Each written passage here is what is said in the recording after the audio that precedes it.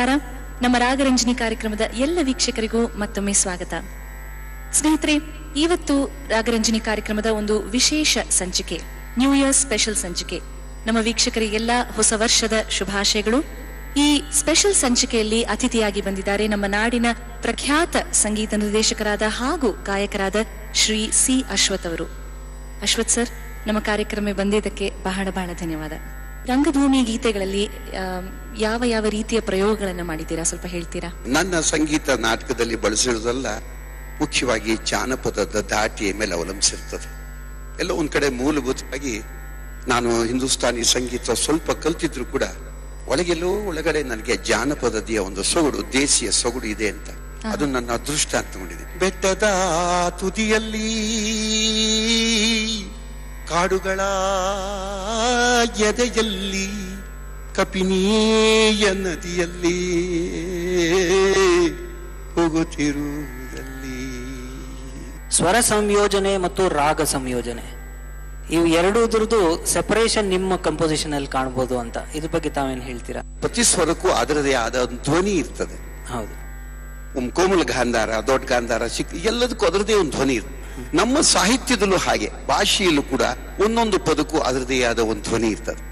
ಈ ಧ್ವನಿಯನ್ನ ಆ ಧ್ವನಿ ಜೊತೆ ಜೋಡಿಸುವಂತ ಕ್ರಮ ಇದು ಬಹಳ ಸೃಜನಾತ್ಮಕವಾದ, ಇದೊಂದು ಚಮತ್ಕಾರ ಅಲ್ಲ. ಅದಕ್ಕೆ ಸರಿಯಾಗಿ ಸೇರಿದಾಗೇನೆ ಅದಕ್ಕೊಂದು ಅರ್ಥ ಬರೋದು. ಇವಾಗ ಎಲ್ಲೋ ಹುಡುಕಿದೆ ಇಲ್ಲದ ದೇವರ, ಎಲ್ಲೋ ಹುಡುಕಿದೆ ಇಲ್ಲದ ದೇವರ, ಕಲ್ಲು ಮಣ್ಣುಗಳ ಗುಡಿಯೊಳಗೆ. ನೋಡಿ, 3 ಡೈಮೆನ್ಷನ್ ಬಂತು. ಎಲ್ಲೋ ಹುಡುಕಿದೆ ಅಲ್ಲಿದೆ, ಇಲ್ಲದ ದೇವರ ನಾವು ಅನ್ಕೊಂಡಿರೋದು ಕಲ್ಲು ಮಣ್ಣುಗಳ ಗುಡಿಯೊಳಗೆ. ಅದಾದ್ಮೇಲೆ ರಾಗ ಆಗೋದಿಲ್ಲ, ಇಲ್ಲೇ ಇರುವ ಗಾಂಧಾರ ಅವಾಯ್ಡ್ ಮಾಡಿ ಸಾರೇ ಮಾಪ ಅಂದ್ರೆ ನಮ್ಮಿಬ್ರು ಹತ್ರ ಅರ್ಥ. ಇಲ್ಲೇ ಇರುವ ಪ್ರೀತಿ ಸ್ನೇಹಗಳ ಗುರುತಿಸದಾದೆವೋ ನಮ್ಮೊಳಗೆ, ಗುರುತಿಸದಾದೆವು ನಮ್ಮೊಳಗೆ, ನಮ್ಮೊಳಗೆ ನಮ್ಮೊಳಗೆ. ಎಲ್ಲೋ ಎಲ್ಲೋ ಎಲ್ಲೋ ಹುಡುಕಿದೆ ಇಲ್ಲದ ದೇವರ ಅಂದ್ರೆ ಬರೋಲ್ಲ. ಇದು ಯಮನ್ ಕಲಿಯನ್ ರಾಗ ಇತ್ತು ಹೊರತುನು ಆ ಎಲ್ಲೋ ಒಂದು ಪ್ರಶ್ನೆ ಮಾಡಿ, ಇದು ನನ್ನ ಒಂದು ಇದು.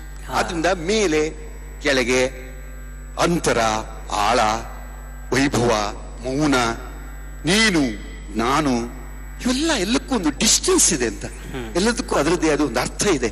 ಆಕಾಶ ಮೇಲೆ ಕೇರಿ ಅನ್ನೋದನ್ನ ಕೆಳಗೆ ಹಾಡಕ್ಕಾಗಲ್ಲ. ಸೊ ಇದೇನಾಗುತ್ತೆ, ಅದೇನು ಆ ಪದದಲ್ಲೇ ಒಂದು ಭಾವ ಇದೆ, ಒಂದು ಧ್ವನಿ ಇದೆ. ಓದದಾಗ ಹೆಂಗಿರ್ಬೇಕು, ಯಾರು ಓದದ್ ಹೇಗಿರ್ಬೇಕು ಹಾಗಿರ್ಬೇಕು.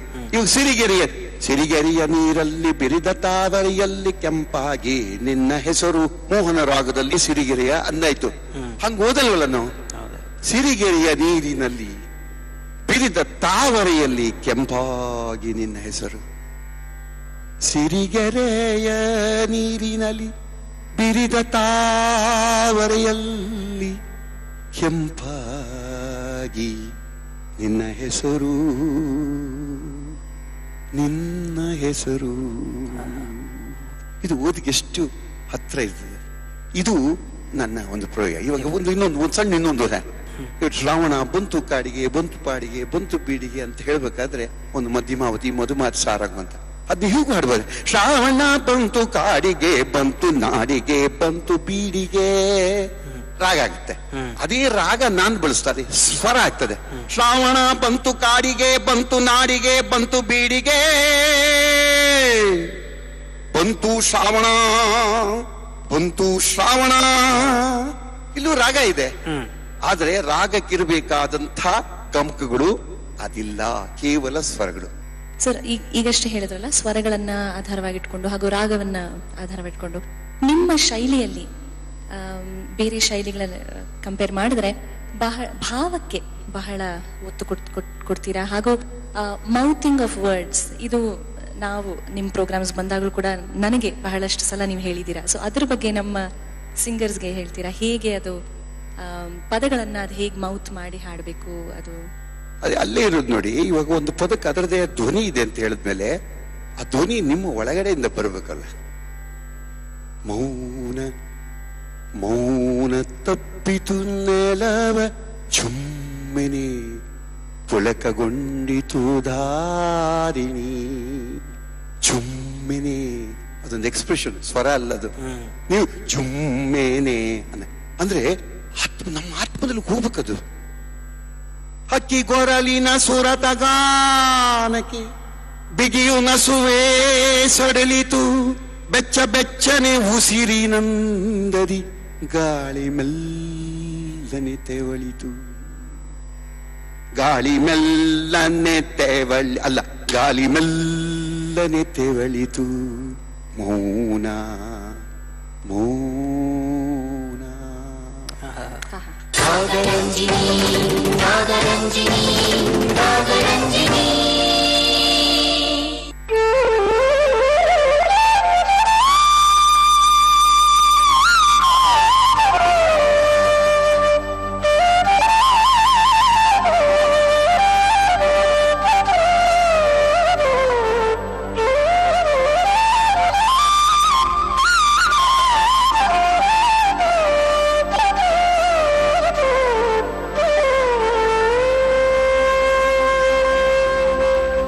ದುರ್ಗ ನೀ ಸಾರ ನೋಡು, ನೀ ಸಾರ ನೋಡು,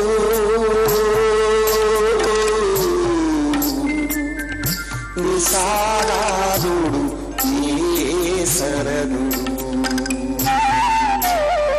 ನೀ ಸಾರ ನೋಡು, ನೀ ಸರ ನೋಡು.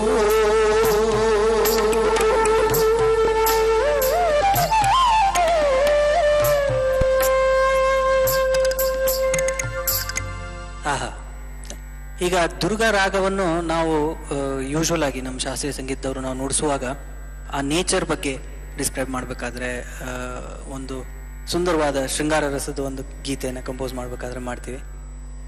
ಅದು ನ್ಯಾಚುರಲ್ ಆಗಿ ಅಶ್ವಥ್ ಅವರು ದುರ್ಗಾ ರಾಗಕ್ಕೆ ಸಂಬಂಧಪಟ್ಟಿರೋ ಹಾಗೆ ಸಾಹಿತ್ಯ ಇರೋದ್ರಿಂದ ದುರ್ಗಾ ರಾಗಕ್ಕೆ ಮಾಡಿದ್ದಾರೆ. ಎಷ್ಟು ಚೆನ್ನಾಗಿದೆ ಸರ್. ಆಮೇಲೆ ಇವಾಗ ಚಿತ್ರ ಸಂಗೀತದ ಬಗ್ಗೆ ನಾವು ಮಾತಾಡೋದಾದ್ರೆ ಅನೇಕ ಚಿತ್ರ ಸಂಗೀತ ನಿರ್ದೇಶಕರಿಗೆ ಈ ಶಾಸ್ತ್ರೀಯ ಸಂಗೀತದ ಜ್ಞಾನ ಇರೋದಿಲ್ಲ. ಚಿತ್ರ ಸಂಗೀತದಲ್ಲಿ ಬಹಳ ಆಶ್ಚರ್ಯ ಅಂತಂದ್ರೆ ಸಂಗೀತ ಚಿತ್ರ ಸಂಗೀತ ನಿರ್ದೇಶಕನಾಗ್ಬೇಕಾದ್ರೆ ಸಂಗೀತ ಗೊತ್ತಿರ್ಬೇಕು ಅನ್ನೋದು ಬೇಕಾಗಿಲ್ಲ. ಅದೇ ಆಶ್ಚರ್ಯ. ಹಂಗೆ ನೋಡಿದರೆ ಬಹಳ ಕಷ್ಟವಾದ ಗಾಯನ ಚಿತ್ರ ಸಂಗೀತ. ಹಾಡುವುದು ಕಷ್ಟ, ಕಂಪೋಸ್ ಮಾಡೋದು ಕಷ್ಟ.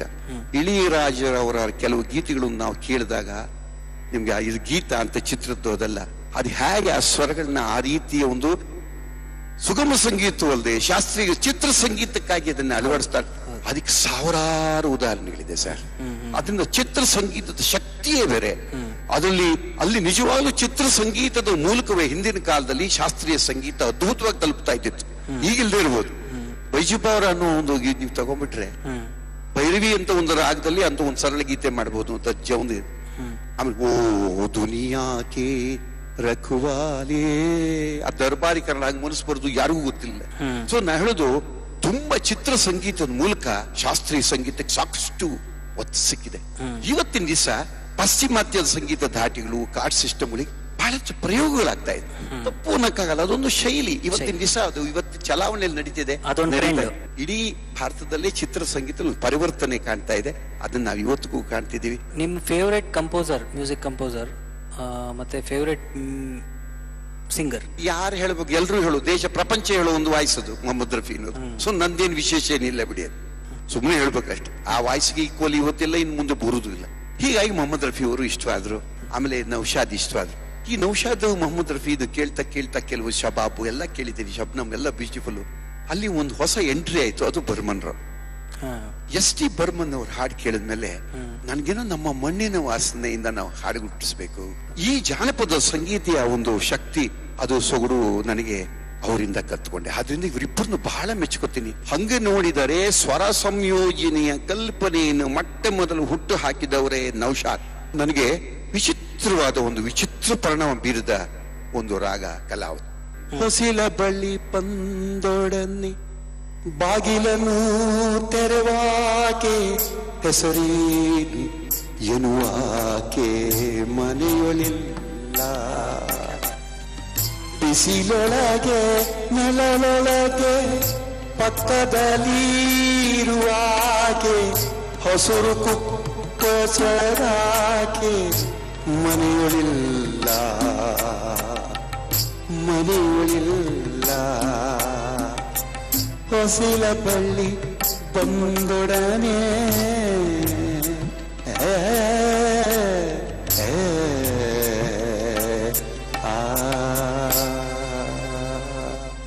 ವೀಕ್ಷಕರೇ, ಕಲಾವತಿ ರಾಗದ ಬಗ್ಗೆ ಅವರು ಹೇಳಿದ್ರು. ಅದರದ ಒಂದು ಚಿಕ್ಕ ಪರಿಚಯ ನಾನು ಇಲ್ಲೇ ಮಾಡಿಕೊಟ್ಬಿಡ್ತೀನಿ. ಷಡ್ಜ, ಶುದ್ಧ ಗಾಂಧಾರ, ಪಂಚಮ, ಶುದ್ಧ ದೈವತ್, ಕೋಮಲ್ ನಿಷಾದ್ ಮತ್ತೆ ಸಾ. ಇದರಲ್ಲಿ ರೇ ಮತ್ತೆ ಮ ಇವೆರಡು ವರ್ಜ ಸ್ವರಗಳು. ಸ ಗ ಪದ ನಿ ಸ ನಿ ದ ಪ ಗ ದ ಪ ಗ ಸ ಗ ಸ ನಿ ದ ದ ನಿ ಸ ಗ ಪದ ನಿ ದ ಪ ಸ ನಿ ದ ಪದ ಗ ಪ ಗ ಸ. ಬ್ರೇಕ್.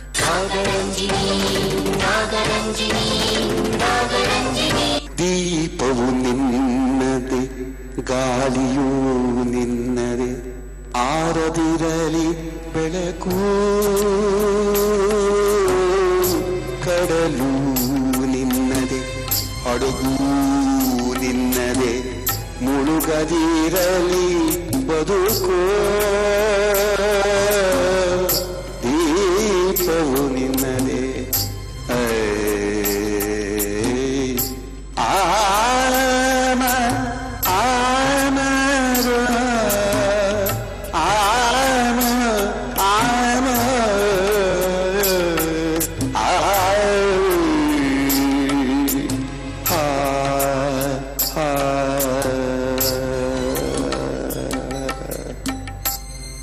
ಏನ್ ಹೇಳ್ಬೋದು ಸರ್ ಆಗೋದು?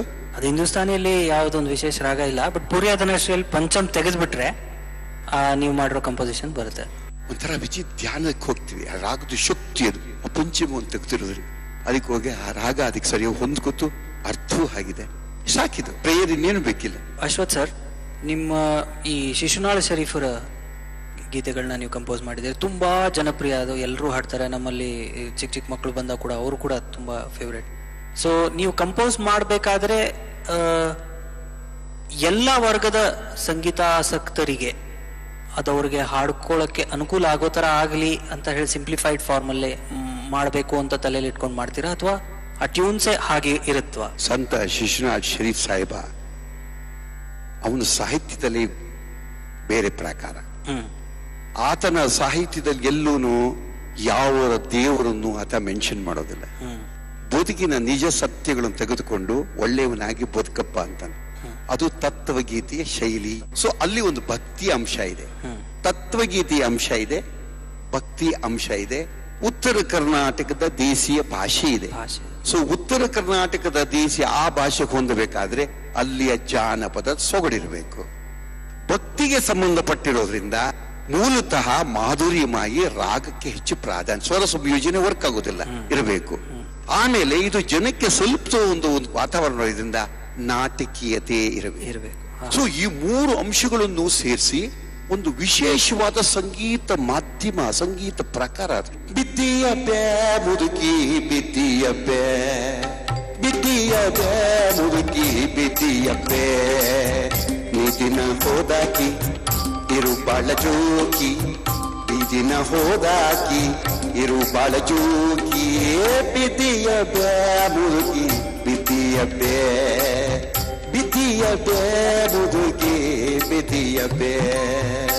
ಇದೊಂದು ಕರ್ನಾಟಕ ರಾಗ ಅದ್ರದ್ದು ಹೆಂಗೆ. ಆಮೇಲೆ ಆಯಿರ್ ಬೈರು ಅನ್ನೋದನ್ನ ಒಂದು ಜಾನಪದ ಮಾಡ್ಬೋದಾ?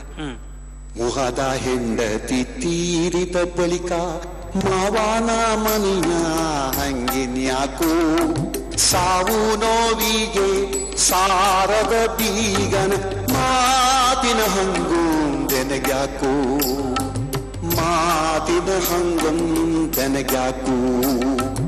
ಮೊಹದ ಹೆಂಡತಿ ತೀರಿದ ಬಳಿಕ ಮಾವನ ಮನೆಯ ಹಂಗಿನ್ಯಾಕು. ವೀಕ್ಷಕರೇ, ಈ ಕಾರ್ಯಕ್ರಮ ಮುಗಿಸೋಕೆ ಮುಂಚೆ ನಾನು ಮತ್ತೆ ಅಶ್ವಥ್ ಸರ್ ಮತ್ತೊಂದು ಗೀತೆಯನ್ನು ಪ್ರೆಸೆಂಟ್ ಮಾಡ್ತಾ ಇದ್ದೀವಿ. ಮತ್ತೊಮ್ಮೆ ನಿಮ್ಮೆಲ್ರಿಗೂ ಹೊಸ ವರ್ಷದ ಶುಭಾಶಯಗಳು. ರಾಗರಂಜನಿ ತಂಡ ಮತ್ತು ETV ಕನ್ನಡ ಚಾನೆಲ್ ಪರವಾಗಿ ನಿಮ್ಮೆಲ್ಲರಿಗೂ ಒಳ್ಳೆಯದಾಗಲಿ, ಶುಭವಾಗಲಿ ಅಂತ ಕೇಳ್ಕೊಳ್ಳುತ್ತಾ ಈ ಕಾರ್ಯಕ್ರಮವನ್ನು ಮುಗಿಸ್ತಾ ಇದ್ದೀವಿ. ಮುಂದಿನ ವಾರ ಮತ್ತೆ ಭೇಟಿಯಾಗೋಣ ಒಂದು ಹೊಸ ಸಂಚಿಕೆಯೊಂದಿಗೆ. ಹೊಸ ವರ್ಷ ಚೆನ್ನಾಗಿ ಆಚರಿಸಿ ಸಂತೋಷ ಪಡಿ. ನಮಸ್ಕಾರ. ಅಶ್ವಥ್ ಸರ್, ಭೀಮ್ಪ್ಲಾಸ್ ರಾಗದಲ್ಲಿ ಒಂದು ಯಾವುದಾದ್ರೂ ಗೀತೆಯನ್ನು ಪ್ರಸ್ತುತಪಡಿಸೋಣ ನಮ್ಮ ವೀಕ್ಷಕರಿಗೋಸ್ಕರ.